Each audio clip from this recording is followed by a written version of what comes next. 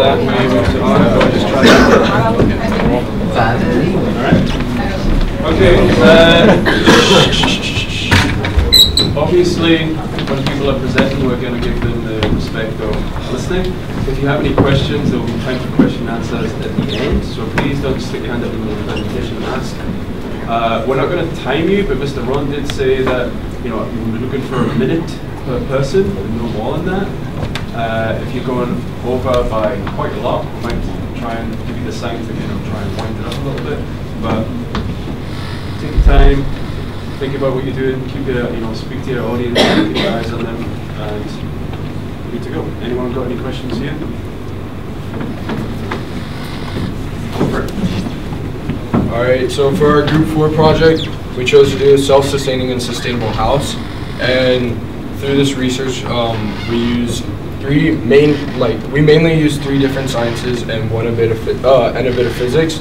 So the research question that we used was, how can we use science and technology to develop a sustainable and self-sustaining house? So we used sports science, biology, design, and physics. Okay, so our question for sports science is, how much oxygen does a person require for both sedentary and active lifestyles? So the research we collected was based off 10 people cycling, 5 females and 5 males, and we measured the volume of oxygen they intaked before and after they cycled. So from the data we collected, on average for all conditions, 19.5 liters per minute, 19.5 liters of volume of oxygen was inhaled. Volume of air was inhaled, which is 1,170 liters per hour and 28,080 liters per day. However, since oxygen is 21% of the air, in the air there's 5,896 liters of oxygen, and we only inspire 5% of that, so that's 295 liters of oxygen that we inspire. But between males and females, males before any physical activity, the average volume of air that they intake is 19.18 liters. After physical activity is 21.27 liters per minute.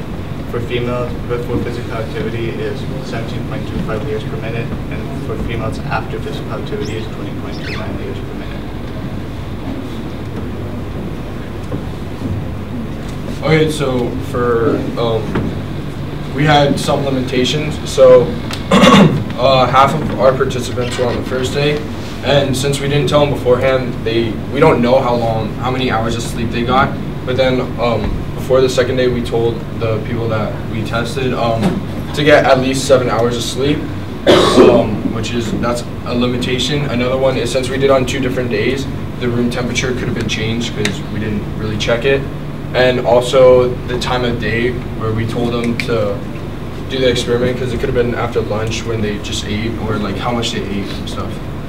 We also need to consider the participants and the age group that we chose the participants from, and they were all our age. In a normal house, the age varies, and we didn't take that into account, and we didn't take into account their physical health conditions, whether they had certain things that could attribute to their active or sedentary lifestyles. We also need to consider the degree of error in this barometer that we used.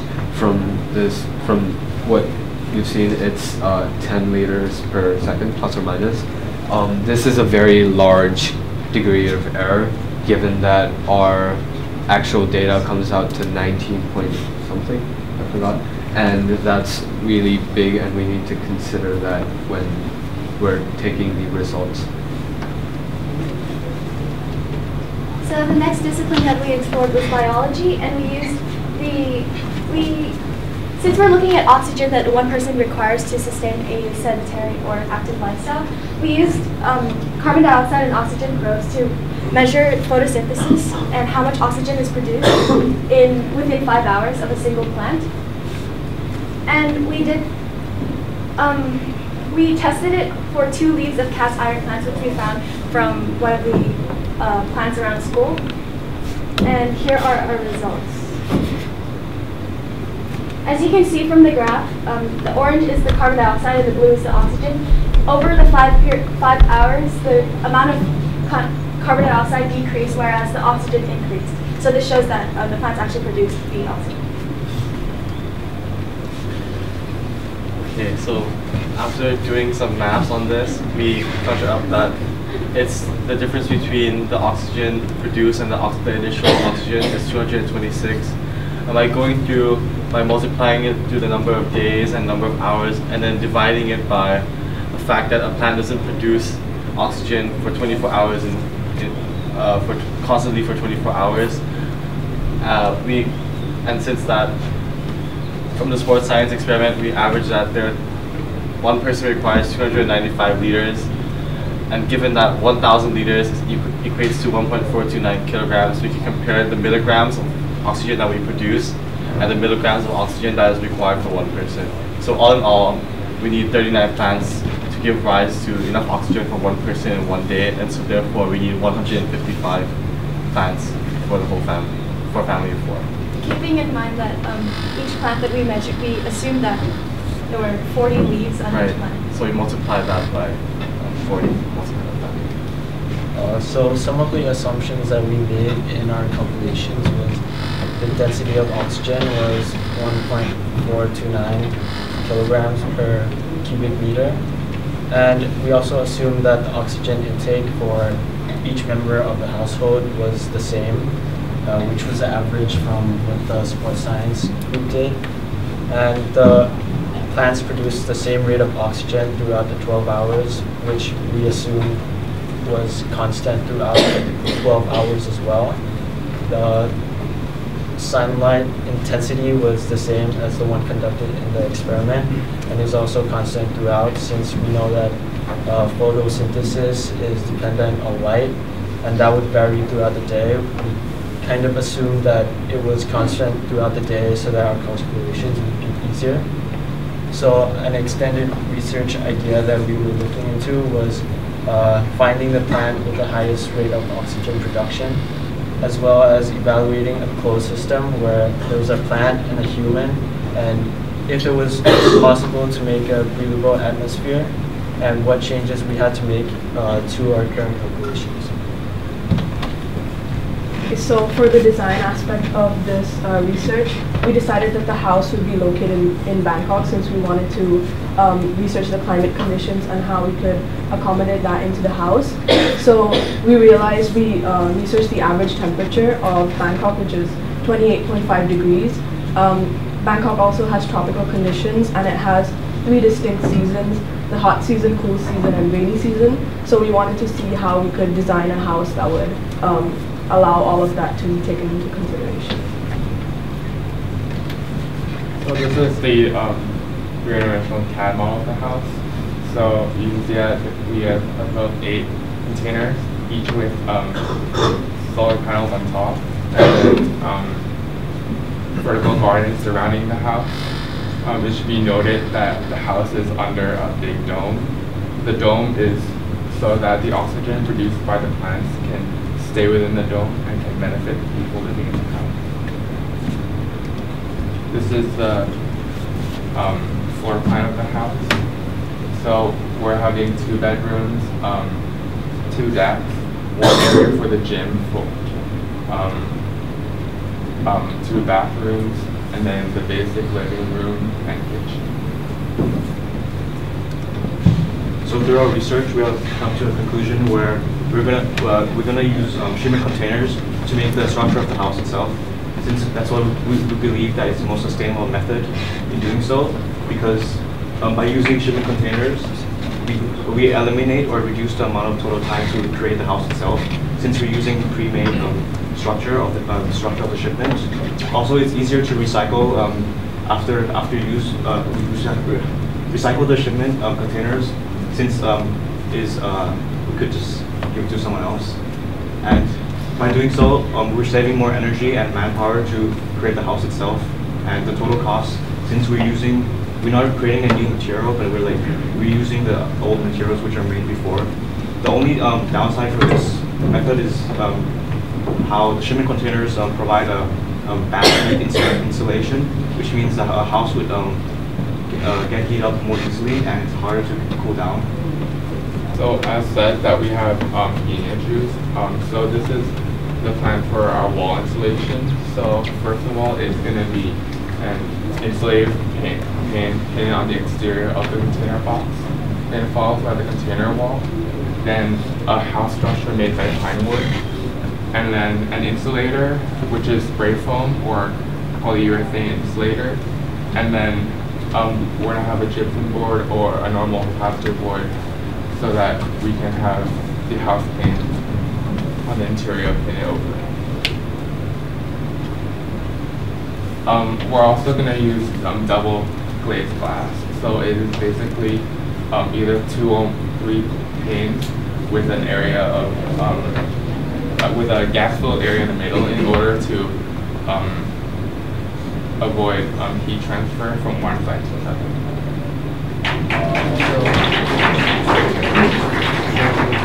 Insulating paint we chose to use is the masculine insulating paint, and it's specifically designed for thermal insulation of a house.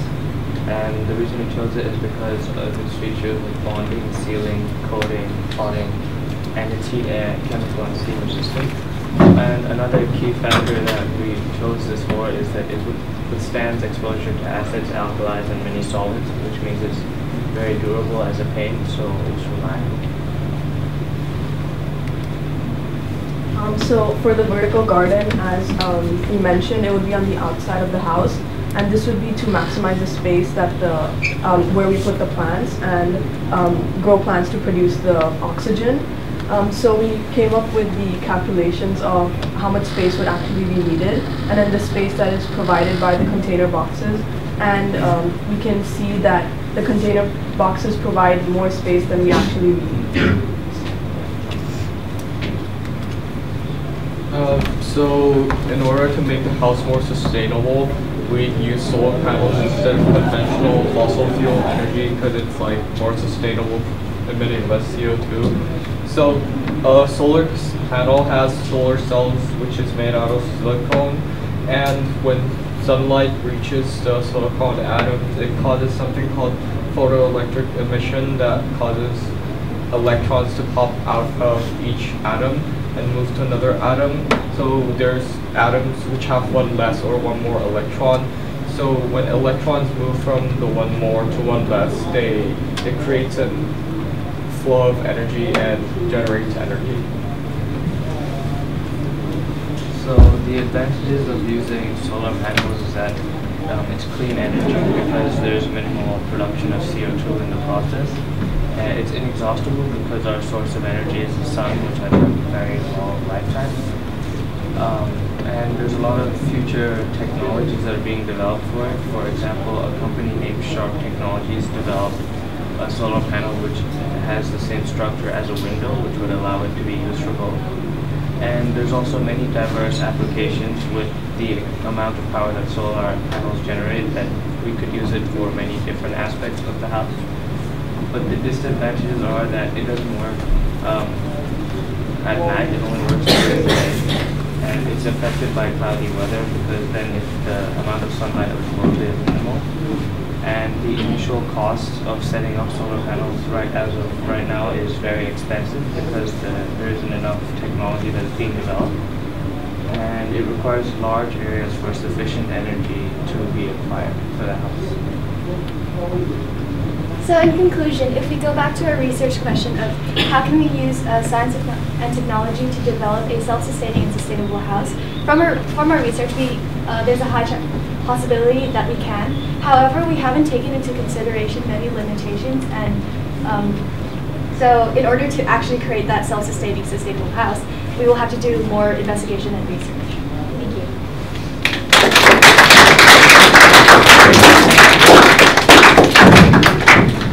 Does anyone have any questions? All right, whenever you're ready, Group C. Thank you. So this is a group of project how to survive Vietnam. Our research question is how do you use modern sciences to harvest natural resources to survive in the jungle? So our main aim is to meet the basic human needs, in which we'll be focusing on ensuring that there's clean water, shelter, good health and well-being. and being able to find clean and safe water. So we looked at a number of different sciences, and we looked at chemistry first, but before we can test to how to purify water, we have to catch the water. So for example, if you're in a jungle and you don't have access to a running stream of water, or it's not raining or something, then you can create this water catchment system where you dig a hole in the ground that provides a moisture environment, and you put a container inside it, and then a plastic sheet is laid over the top, and obviously you need sun. The sun heats it up, and the moisture creates condensation, which, because there's a rock in the middle, drops down into the container, and you have water to drink. And this technically is safe water, but in order to ensure that it's properly safe, you can filter water as well. So for the chemistry part of it, we tried to find how to purify the water. So we categorized, we got the water from the Klong, which we guessed the closest, the cleanness of the rainforest or something. And we categorized into 8 different beakers. Also we categorized into single filtrations, double filtration, and triple filtrations. So for the single filtrations, we use only filter paper, sand filter, and boiling, and 2 beakers for controlled tap water and controlled Klong water in order to compare how filtration can affect. And for the double filtrations, we use filter paper plus sand filter, and sand filter plus boiling, and boiling plus filter paper. And for the triple, we just combined all the filtrations to compare. And these are the equipment we used for the experiment. And for the sand filtrations, we actually created one filtration system using rocks, gravels, charcoals, and fine sand, which we can probably find in the jungles. And we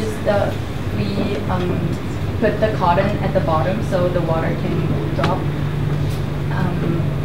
And we separated into 8 different beakers, and we filtered them and using boiling method, sand filter method, and filter paper method. And we put it in the slides, as you can see, in order to see the cells through the microscope, so we can see the cell decrease, or the amount of cells or amount of pathogens decrease. So the result is that when the water is boiled, as you can see in the photo, it decreases the size of cells, and this is possibly due to the proteins in the cell being denaturized, because in high temperature, the phospholipid bilayers of the cell membrane will be denaturalized, and which will result to breaking down the cells. And in terms of filtration, both the filter paper and sand filter was able to filter out the particles, which potentially can be dusts. Hence the filtration in general decreases quantity of matter present for both filtration method. So overall, this trend and the pattern of boiling and filtration was visibly shown for all variations we collected. So it indicates that filtering and boiling the water will result in a product which is safer for human consumption, as boiling will decrease the amount of pathogens in swims, and filtration will reduces the amount of particles and dusts. And so with these results in mind, we came to the conclusion that the process for cleaning potentially contaminated water that would be most effective is to start by boiling it to get rid of pathogens or anything that could make someone sick, potentially. And then, if available, filtration would also be very effective in helping to get out extra materials like sediments that could be in the water, as well as removing smaller particles. So the results are conclusive, but there are definitely a lot of limitations. For example, we did not use an electron microscope, and we used a not very powerful microscope, so we could not really differentiate between the small particulate matter and small cellular matter. We took only the qualitative observations into account. There was no quantitative data for us. We could have probably done a cell count or some other quantitative method of determining how many pathogens or what kind of biological matter was in the samples. We did not test for heavy metal concentration. Heavy metals are a big thing because of a lot of the waters and rainforests, because of factories and other production industrial methods. There are heavy metals present, for example, lead and aluminum, etc. We also did not test for dissolved organic compounds, which may potentially have dangerous effects on human beings. Next, we looked at shelter for design, and we came up with 3 different designs based on the specifications that we generated. So for the user and design specs, firstly, the product must be made out of natural resources. It must protect users from extreme environment like storms, and it should serve as a temporary and functional shelter. Should protect from insects and bugs, do not cause harm or irritation towards the user. Should have strong foundations and structure. Should be easy to build within the day and should be appropriate for the 50 to 95%. And the natural resources used are bamboo, ropes, trees, leaves, dirt, tar, and water. So for the first one, we get like shelter above the ground, which can be seen from this model right here, where the 4 bamboo sticks are representing like the trees that we can find in the forest. And what we did here was we took bamboo sticks and we just tied them to create like a small bed, and then we used rope in order to create like a place where the cover can be draped on. So the strength of this is that it can keep away from like bugs and animals. It can protect from rain and mosquitoes because and it's easy to build with little resources. The weakness is it needs 4 trees. Bugs can climb on trees and they're at risk of getting cold. So I did the second design, which was an underground shelter. So the reasons that you'd use this one as opposed to the first was that if you couldn't find 4 stable trees near each other, so you didn't have a strong foundation, if you had a good hill or mountain side available to you, or if there was a larger animal threat like snakes or dogs or elephants or something. Reasons that you wouldn't use this design would be that if there were a lot of insects and bugs or scorpions or something that would get in, because if you're underground then if those got in you're pretty much stuck. Mental will probably be a big problem for this one as well if you're like claustrophobic, or just the thought of being trapped underground for a whole night might psych yourself out. If it's the wet season, you wouldn't be able to build it because it would just collapse and it would flood it if it rained during the night. And if you'd spend the whole day scavenging and trying to survive, it would take a lot of effort to actually build the thing. Thanks. So this is the model that I made to show it, because the fusions are pretty dark. So this being the mountainside, you dig down and then this way, so you have this area to sleep in there, and you go in there and you'd cover up both ends so nothing could get in, and you'd lie down there and you could stay down there and do whatever you want.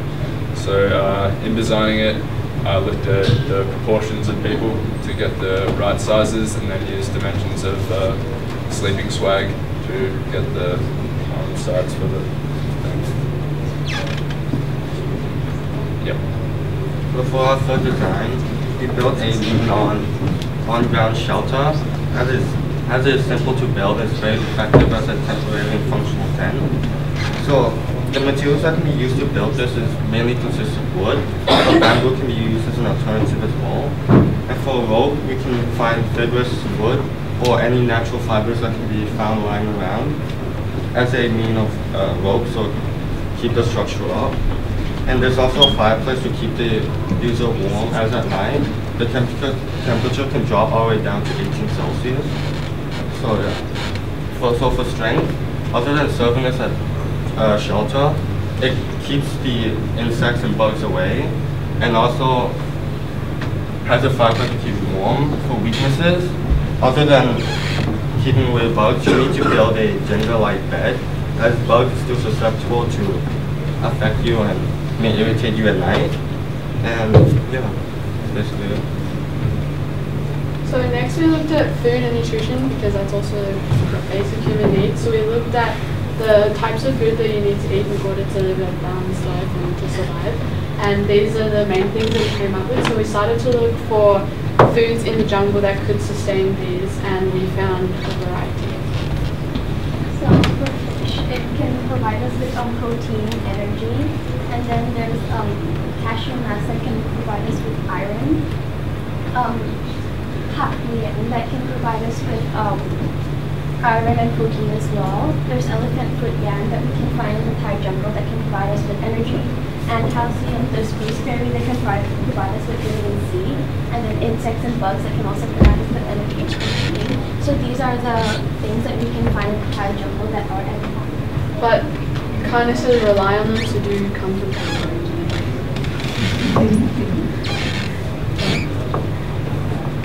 For biology, we investigated antibacterial properties of plants that we can find in the forest.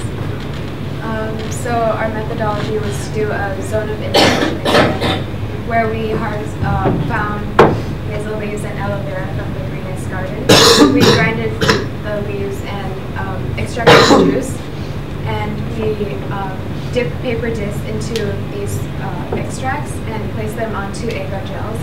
And we used E. coli and grew them and incubated them to see the zones of incubation that these plants provide.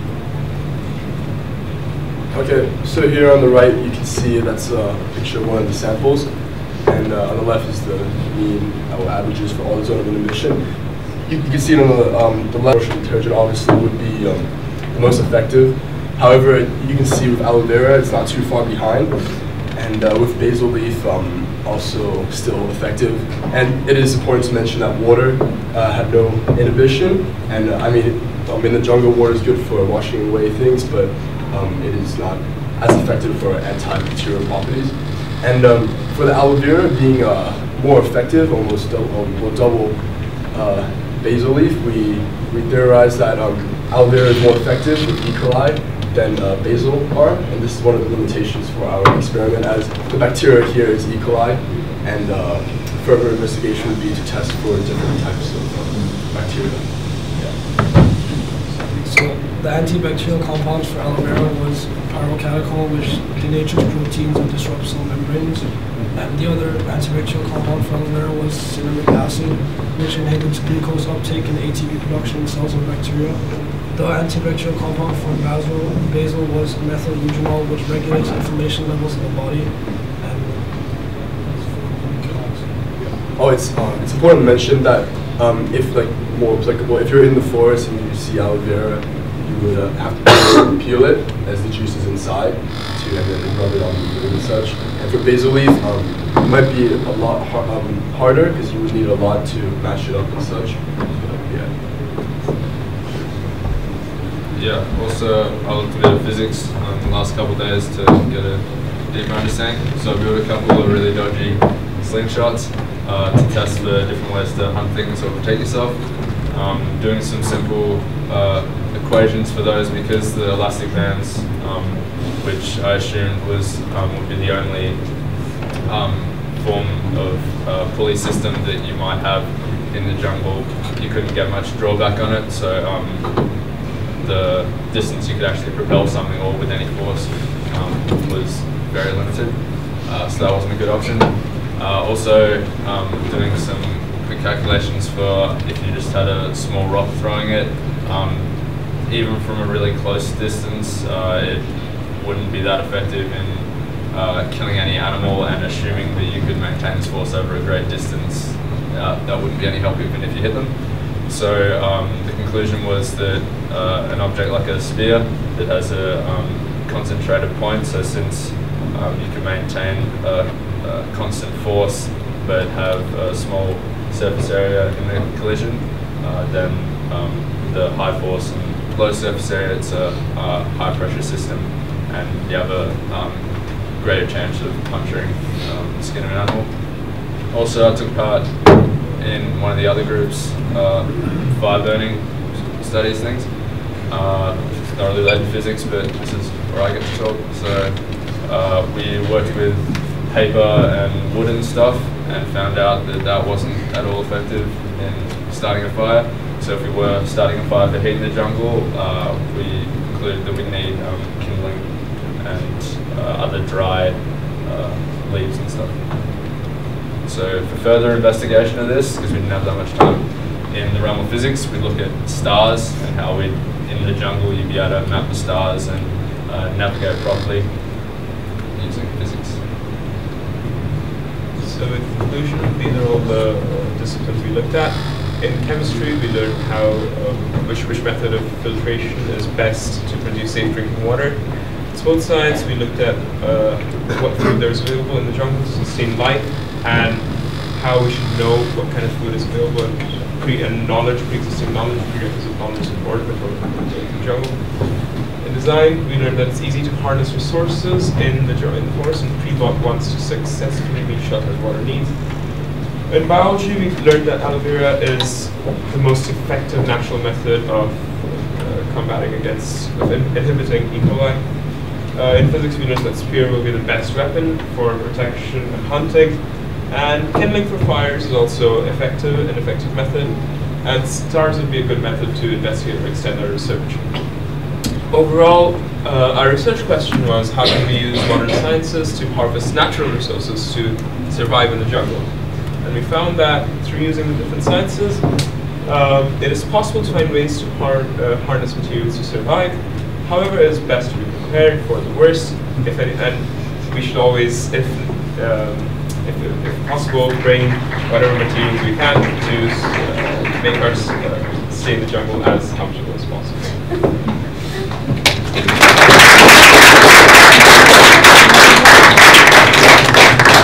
Alright, does anyone have any questions? No questions?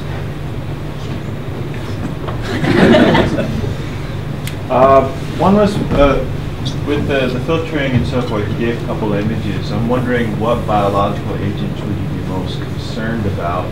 Thus, how effective was the microscopic analysis in detecting well, we were actually looking out for any cellular matter which might be present, because usually with water, the danger is that bacteria may affect us and have negative effects on us. And so this is the first time we were ever conducting such an experiment, so we did not exactly know what we were looking for. But when we compared it to something, when we compared it to pond water, to tap water, what we found was that pond water had these really large particles under the microscope, and we weren't exactly sure what that was. We hypothesized that was cellular matter, but that linked to one of our limitations, which was that if we had a stronger microscope or maybe better background research or background knowledge, we could have probably analyzed the data or the matter under the microscope much better. Do you know what magnification you were using? I'm not exactly sure, but we used all three magnifications. We tried to take a good look at all the samples present. But we weren't able to use the highest magnification that we have in this science department, like the normal microscope. We had to use the second lens for the magnification. But when we used the higher magnification, we couldn't see anything, which is also our limitation. Right. Yeah. Did you consult with the biology people? I consulted with Sunela. That's yeah. Because viruses would not be detectable, yes? And bacteria would be suspect unless you got really high power. Yeah. So that was a big limitation for us. Yeah, what we were trying to find was the pathogens, and according to Mr. Neller, like some the pathogens have to like move inside the water, like the liquid that we were looking at through the microscope, but we couldn't find it for the preliminary experiment. So we decided to only see the particles and the size of particles and how they are filtered. But we did notice that with some of the filtration techniques, for example with boiling, what we noticed was when we had regular old pond water, some particulate matter is really large and clumped together. But when we looked at boiling, when we boiled the water, after we boiled the water, the particulate matter was much smaller in size, way, way smaller in size. And when we zoomed in as much as we could, we noticed that there were sort of chains or something. It was kind of, it is almost as if the particles had been broken down. And so we thought that boiling was the best method, since what we hypothesized was that the phospholipids of the cell membrane in the cells were probably denatured. They probably got denatured, and that probably killed off some of the cells, some of the bacterial matter. So yeah, we thought that boiling would be one of the best methods. I have one more. Do you describe using the stars for navigation in the jungle? Oh, that was the area that we'd further investigate. Oh, for further investigation. Yeah, we didn't have time to look into that, but that would be an area that we could use modern science that's in this. You'd have to check it quite often though, because there's going to be a lot of cover in the... Yeah, so that'd be, obviously, if you were staying in the jungle for an extended period of time, making a map system on the ground and then being able to tell. Right. But that's a good thing about this model for housing system, because if you were living up there, you could probably easily see the stars and see the spot the North Star and navigate you out. In bed, yeah. All right. Does anyone have any other questions? Thank you.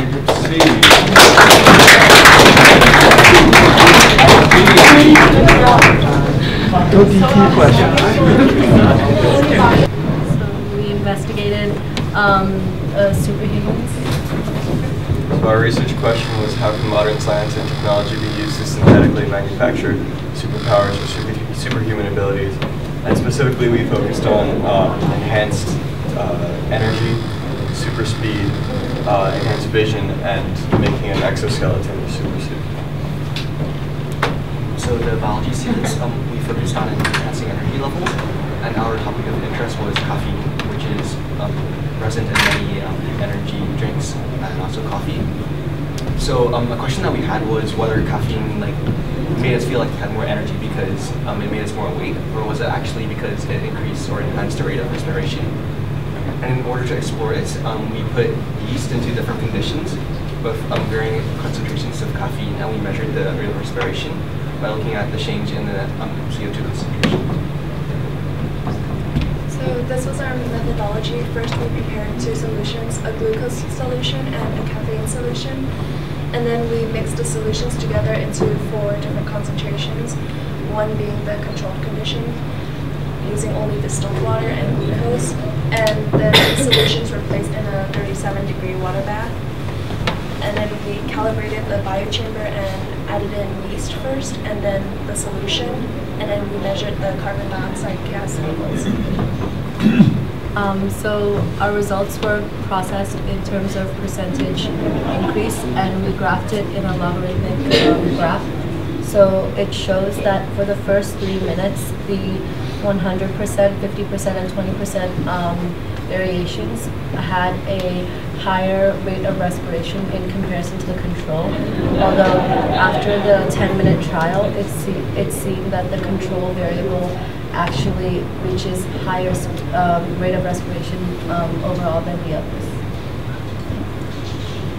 So because caffeine catalyzes metabolic pathways, we thought that the Krebs cycle would be hastened because of the introduction of caffeine into the cells. But initially, we did see that the trials that were exposed to caffeine had a higher rate of respiration, but ultimately they all ended up to produce the same amount of CO2 and have the same rates of respiration. So obviously it's inconclusive on whether the caffeine will produce more ATP, but we think we have a good basis for an extension of our experimentation, because now we know that the concentrations of caffeine that we were using were not wide enough or high enough to produce any conclusive results. Sorry. Also, it's important to note that we experimented on yeast cells, which while they're eukaryotes, just like the cells in our body, they're not entirely the same. So the effect of caffeine will obviously be different for yeast cells and human cells. Okay, so for the physics aspect of this project, we worked on enhanced sight, and for this we used like the standard lenses that they have at school to create two types of lenses. So the first type of telescope we made is a telescope with a converging lens. So this makes the rays of light split. So then there are more rays of light in a certain concentration, but that makes the image flip around. And for that, we use those lenses and some duct tape and a ruler. And for the second telescope, we use a diverging lens so that the image would flip. That's seen in the second diagram. And we use those lenses for the second telescope. And one more thing to add on this one. We also aimed, after doing the first test with the first telescope that we built, we also wanted to see the effect of the change in distance of the second lens from the first lens as here. So we built like a slider that slid across the ruler. So for our first test with the first telescope, these were two images that we took, one without the lens and one with the lens. As you can see, the one with the lens is inverted. This gave light to a problem that we wanted to solve to make sure that the image was the right way up. And so with the second second set of lenses, we kind of set up an experiment with three distances from the set of lenses and three positions between the actual lenses themselves. And as you can see, the higher the distance, the farther away the second lens must be from the first one. So for DT, we're going to be focusing on the materials which could be used for the exoskeleton of this renal suit. So we wanted to measure the weight, the electrical conductivity, the distance reaction with acid and speed for three different metals. And this was one of the limitations because we could use copper, brass, aluminum, which were the most commonly used metals and were available in the design lab. So firstly, we created an electrical circuit using wires, light bulb, ammeter, metal, and power supply. And because all three materials and metals, it all showed electrical conductivity of 0.2 Henry. And for when we weighed each of the metals, we could see that copper was the heaviest and brass and aluminum.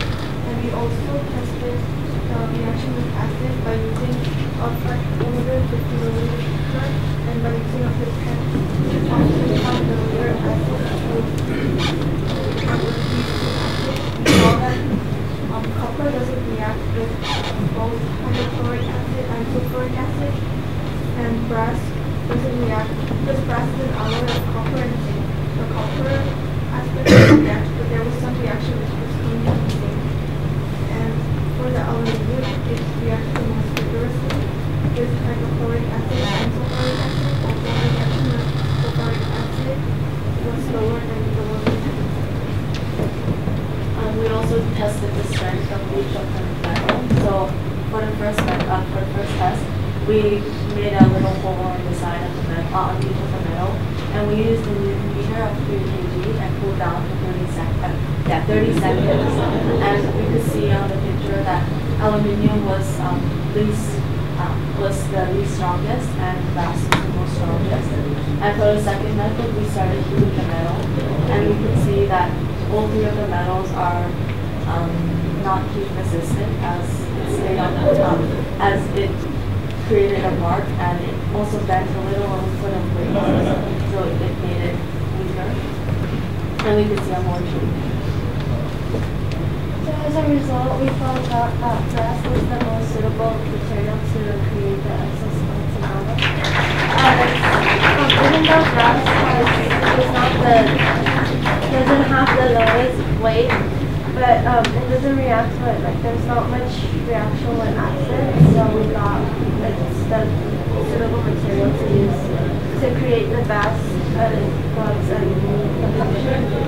The limitations that we found was that the temperature of the alcohol burner was too low to test heat resistance or the conductivity, and also we only used 2 acids to test out if the metals reacted with acids, so that is one of the limitations. And we couldn't test out if the metals are material. Okay, so for sports science, we wanted to focus on super speed, weather. So basically what we did, we wanted to see whether specific drinks could help enhance or increase someone's speed and decrease their time taken to run from one spot to another. So our guiding question for our group specifically was, does the consumption of substances containing high carbohydrate or caffeine affect the time taken to run 100 meters? So we used 2 different drinks. First we used a carbohydrate drink, which was Gatorade, and we used a caffeinated drink, which was M150.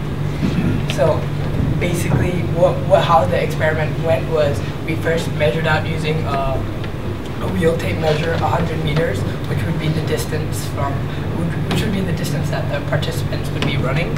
And then how it would go, it would be firstly that people would first run without any substance, and then their time would be taken, and then they would get a 20-minute rest, and then have their drink, and then they would run again with taking either a carbohydrate or a caffeinated drink, and they would do the same process again, but for their other drink. So yeah, and the materials we needed were stopwatch, a wheel tape measure, cones to measure out the 100 meters, and paper.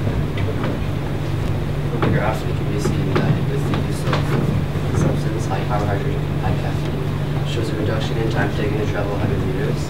And while comparing these two, the difference between the percentage change between no substance and high carbohydrate substance is a decrease in 2.72%. While change between no substance and high caffeine substance is 2.91%. Looking at these results, it shows that caffeine has is more effective in reducing the time taken to travel than a high carbohydrate substance. So first, I'm going to talk about the science behind it. So basically, for the high carb drink, it results in there being more glucose in the bloodstream, meaning that there is more energy available for the person to have while running. And on the other hand, caffeine will increase metabolism, therefore making the process of the glucose actually going into the bloodstream faster. However, a limitation about this could be that a lot of drinks that have caffeine inside of them have a lot of glucose as well, or a lot of carbs and sugar. So therefore, not only does it make the metabolism faster and increase the process, it also gives them more energy in the bloodstream. Another limitation is that there was only one trial conducted for each participant. This is because one participant took like 30-20 minutes to do, because you have to wait for 20 minutes after giving them the drink to conduct the trial. So we didn't have enough time to do multiple trials. Also, the amount of liquid consumed for each participant was not the same. We estimated around the same, however, it was not completely the same. And the sample size was too small for the results to be conclusive, as we only had about 4 participants. So obviously it's really difficult to create superpowers, which explains why we don't see them in the world of performance-enhancing drugs or the athletics world. But we did feel like we got a strong basis of where we can start if we were to carry out further experimentation with less limitations. Because obviously we were faced with a lot of limitations, like not having the right materials, like highly concentrated amounts of caffeine, or pure materials to make the lenses for the telescope. But we did find that caffeine has a very slight effect on ATP, as well as carbohydrate consumption has a effect on someone's running capacity or speed.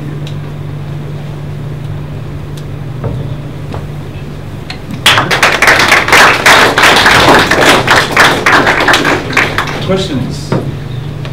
Lulu. Does taking in this much caffeine to reach whatever the strength you're looking for, doesn't it also have like bad impacts on your body? Yes. Like what? Like what? Oh, Don't sleep. Doesn't like a lot of caffeine cause like diarrhea as well? Thank you. We're saying hypothetically, or maybe that's easy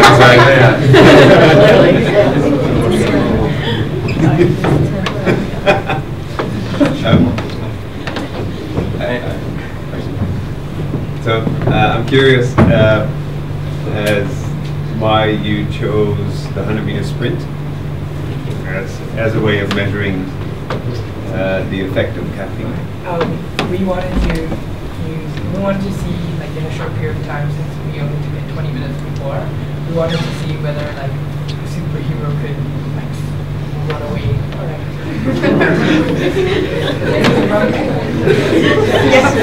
Run away from the problem. Yeah. The reason I'm asking is if your hypothesis is that caffeine influences the Krebs cycle and increases metabolism, then you would want to conduct an activity that engages the Krebs cycle, the aerobic glycolysis, which is a slow burning of glucose. And running a 100-meter sprint doesn't engage that energy system, it engages the creatine phosphate system. So I think good idea, wrong test. Had you run longer, you'd probably find that there's a bigger difference between caffeine and no caffeine. Next time, further applications. Any other questions? I just really wonder, in your research, did you find out what, so I'm just not sure how this works, the role of caffeine in the biochemical pathway, because you're linking into it, so, because that would be very different from it binding to a receptor and stimulating a particular tissue, for example. We're not quite sure, but from our prior research, we saw that caffeine increases or quickens metabolic pathways, and since the process by which ATP, which is used as energy, is produced, which is respiration, involves a lot of metabolism, specifically involves a lot of metabolism, specifically in the Krebs cycle. We thought that by introducing caffeine, we would be able to quicken the Krebs cycle's progression, and therefore there would be more energy for the electron transport chain. Right, but my question is what research? What kind of research? Google. Wikipedia. And yeah, what did you come across? Like Yahoo Answers, like there was one guy that said, it's one guy.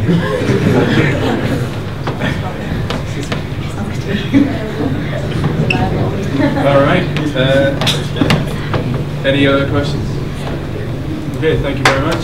For our project, we decided to investigate if we could live underwater. So, what's our research question? Humans live sustainable lives underwater. So, for that, we identified both basic human needs: food, water, shelter, and all of these relate to mainly biology, chemistry, and design, but design required lots of physics, and all kind of link back We together. also considered energy and the production of energy because it's sustainable. We're living without the resources on land, so when we considered fuel, we used chemistry and physics for that as well.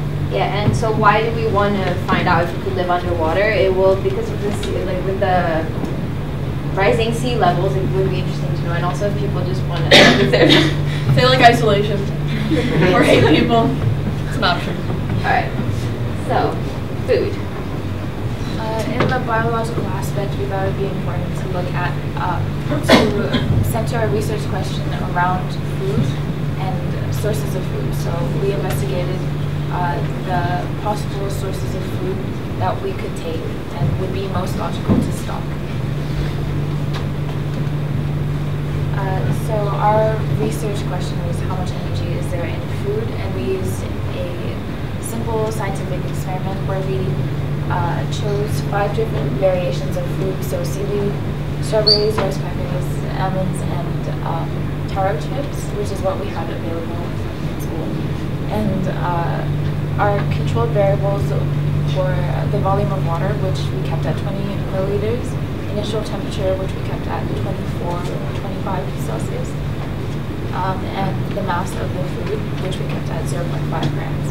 And then we burnt the food underneath a test tube, and we measured the change in temperature of water, which allowed us to substitute that into this equation, giving us an approximate estimate of how much energy is released per gram of food in joules. So here's our results. Basically, we calculated the average amount of energy produced from each food, and we found that the almonds had contained the most energy, while the strawberries contained the least. Also, some observations we made were that the strawberries spent less time burning, while almonds took longer time to burn. And although that these may be possible sources of food, we have to consider other variables that we may use. For example, the almonds would take too much water to produce underwater, which we would need to hydrate ourselves, and strawberries may have more nutritional value, although may not have as much energy. So throughout the experiment, there are some random human errors that occurred, which was keeping the distance of the thermometer from the bottom of the test tube consistent, and the actual flame away from the bottom of the test tube, as well consisting the surface area, which as different surface areas have different burning rates, which we will focus on. If we were to do the experiment, then the thermometer could be held by a clamp to have consistency throughout the experiment, as well as taking care of the actual flame. Different surface areas could be controlled by choosing the fruit that have like similar sizes, or controlling it by cutting it into same lengths and widths. And also, in order to suit the living conditions more, the chosen food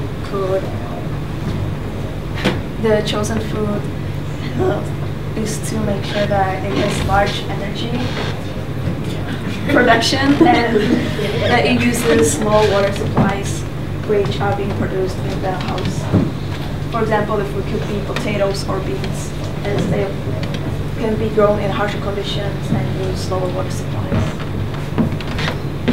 So in order to further investigate our nutrition, we used this food tracker from the United States Department of Agriculture, and we used some food types that we investigated in our experiments, such as the rice, as well as food that could be available to us, such as seafood or seaweed that we could gather. And as it can be seen, we can fulfill our target for grains, vegetables, fruit, and protein. However, since there's no viable source of energy underwater, we will accommodate more protein into our diet with fish and seafood, as well as we decided we should grow soybeans to provide us with calcium. However, we didn't have soybeans available to us, so we didn't test them in our experiment. Also, since we would be consuming a large amount of seafood and seaweed, our diet would most likely have more sodium than is optimal, so we would want to drink more water to stay hydrated, which we'll talk about later in the chemistry section. Also, the daily calorie limit is around 2,000 calories, but the target exercise is at least 150 minutes per week, and since we are living in an enclosed area, we may not be able to consistently achieve this, so we made our daily calorie limit slightly lower than 2,000.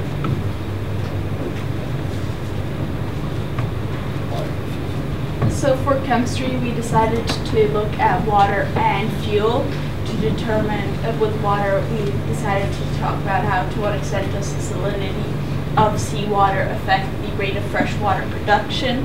And with fuel, we talked about what are suitable substitutes for fuel underwater. So with the water, we talked about how we're going to be collecting water from using seawater, and seeing as already we have a lot of sodium in our normal diet with using a lot of eating seafood. So then it's important that our water doesn't have like salt, as well as it increases the dehydration rate as the amount of salt in seawater isn't what the liver can be able to control. So basically in saltwater, the concentration is higher than what the kidney can actually process.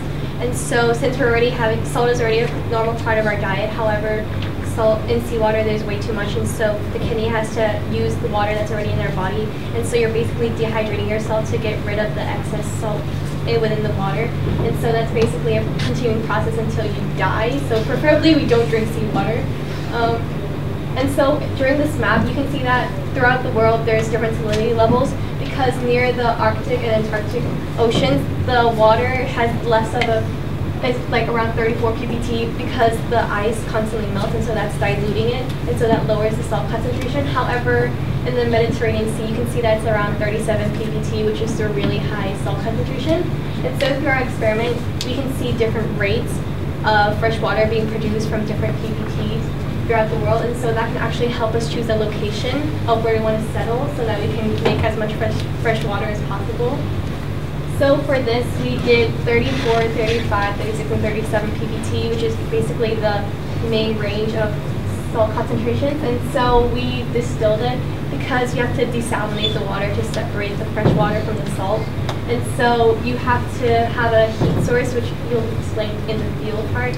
And so you have to heat it up so that it evaporates, and so you can collect the vapor, and then you condense it through cool water, and so you can actually collect the fresh water. And so from our results, we saw that as the PPT decreased, the actual rate increased, because as you're increasing salt concentrations, your boiling point is actually being increased. And so that actually lowers the amount of fresh water you can make in a set amount of time, because we control the amount of water solution that we use in experiment, and also the time. And so that means that if you're in an environment with less salt concentrations, you'll be getting more fresh water. However, you also have to consider the biological and environmental factors, because 34 ppt is in Antarctic, and I think that'd be very cold to live in. Whilst also 37 ppt, that you would have limited food source. And so if we were to choose a location, it would be around 35.5. And so you'd also have to consider what fish is there, and also anything available.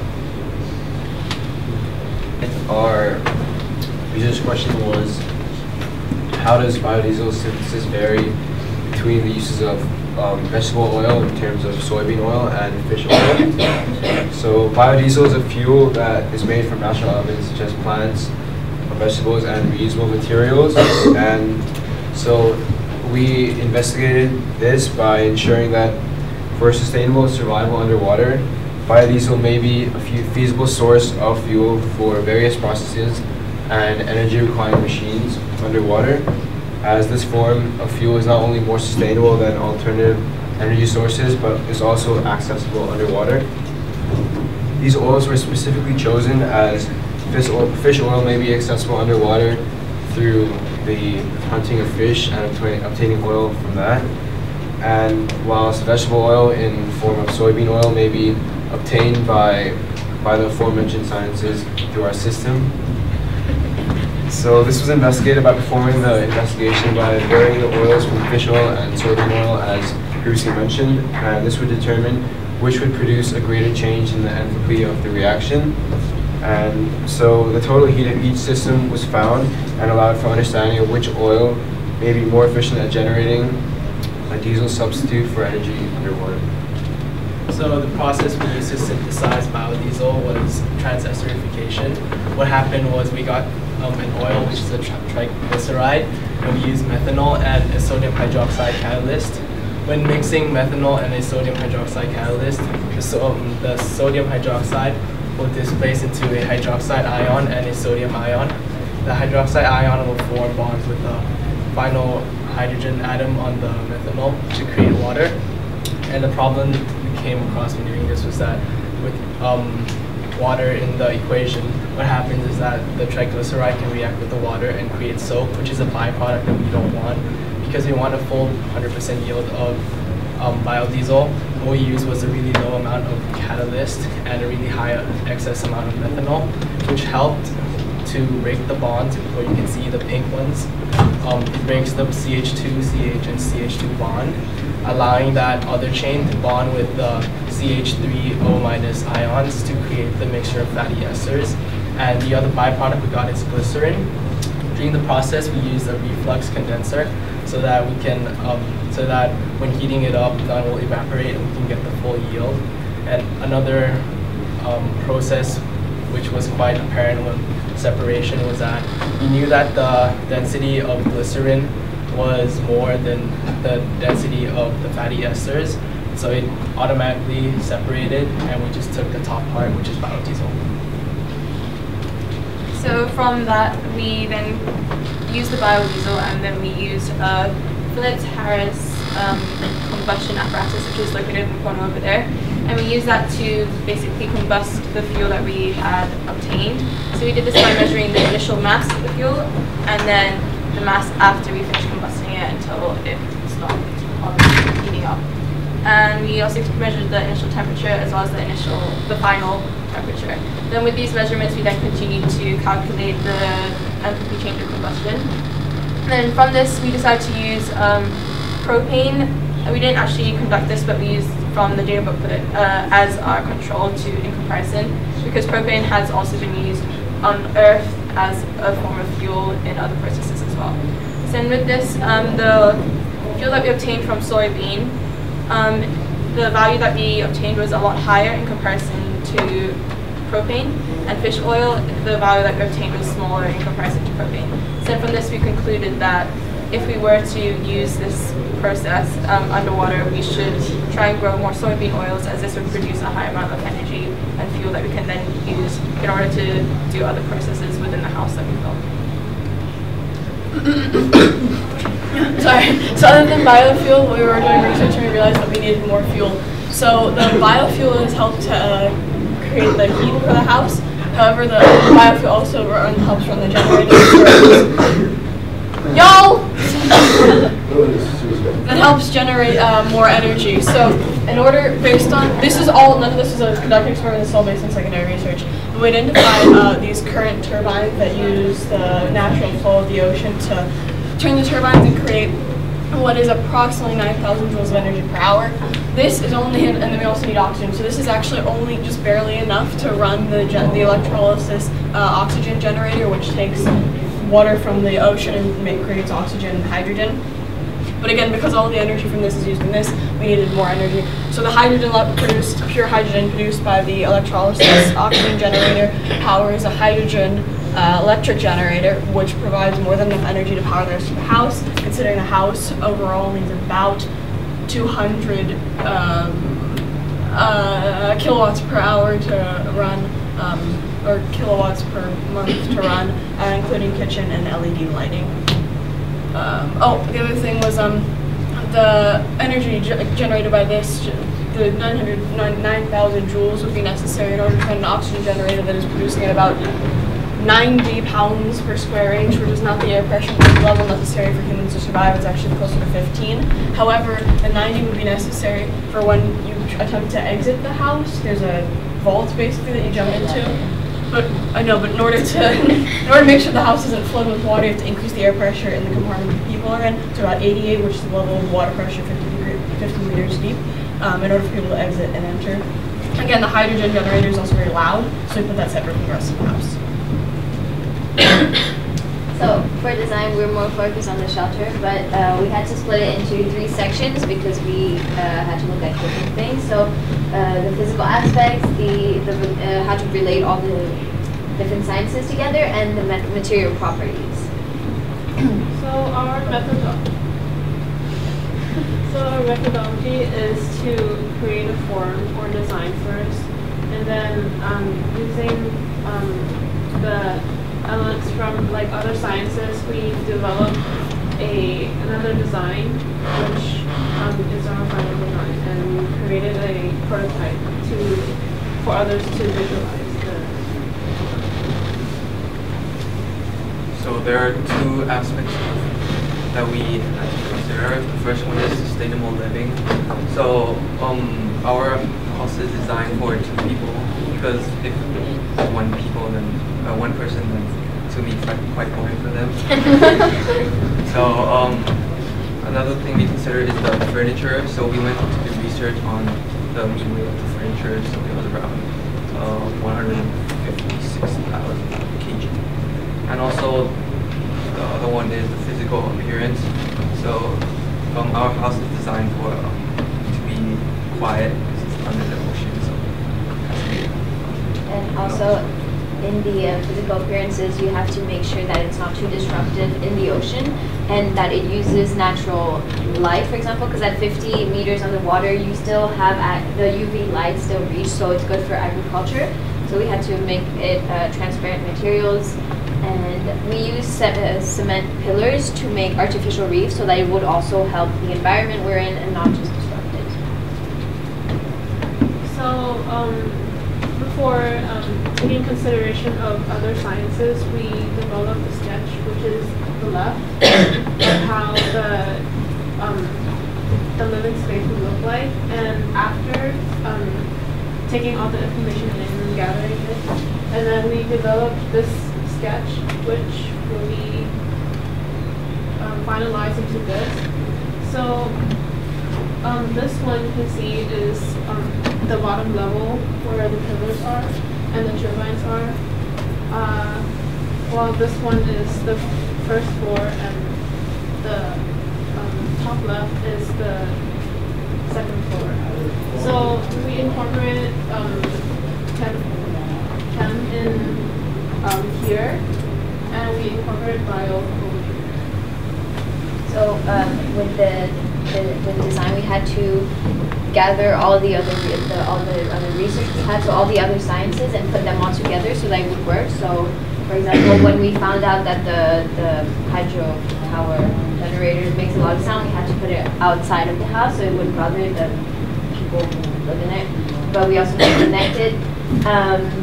And as we said, so for entering and exiting, because of pressure, we have to isolate it and make it special.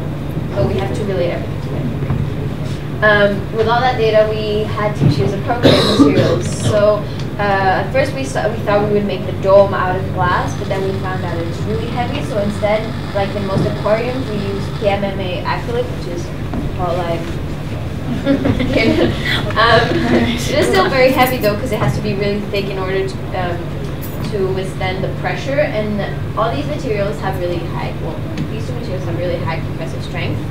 And yeah. The stainless steel door is for the exit and entrance, because you had to isolate it and it had to be safe just in case there is water that comes in. It has to be protected so that no one dies. So in conclusion, one could live underwater, but it'd be kind of boring and kind of tedious. Yeah, it's really Oh, and this is the model of the house that Emil John built. And it has 2 levels. Whoa! Yeah, and you can take it apart to kind of look at the way we constructed it, or Emil constructed it. Yep, and there's a person in there. He's on the toilet. Alright, thank you. Yeah, well, thank you.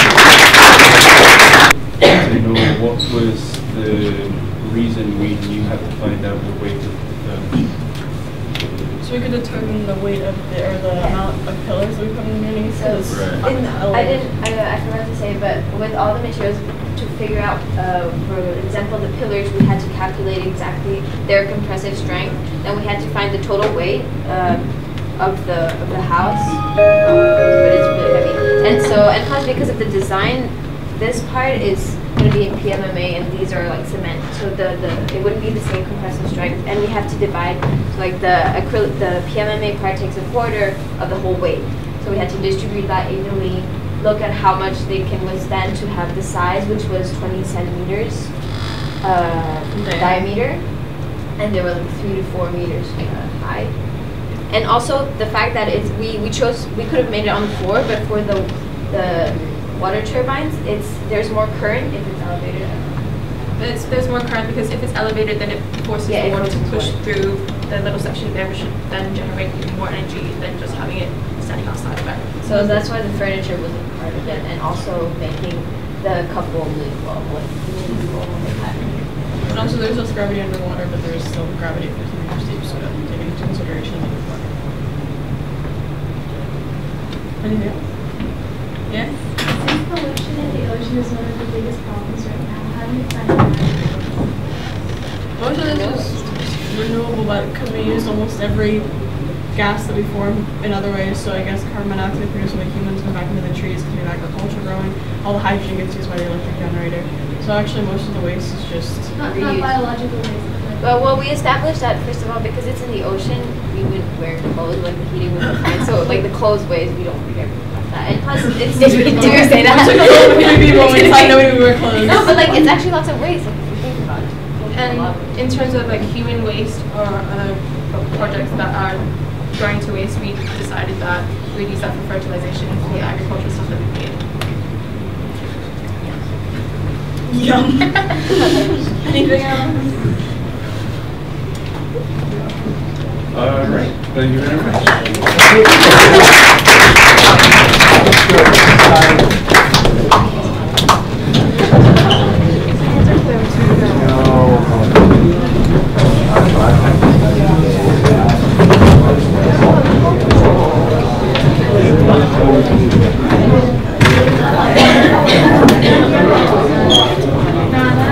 Alright guys, the sooner you give me your attention so you can get up for a break. Alright, so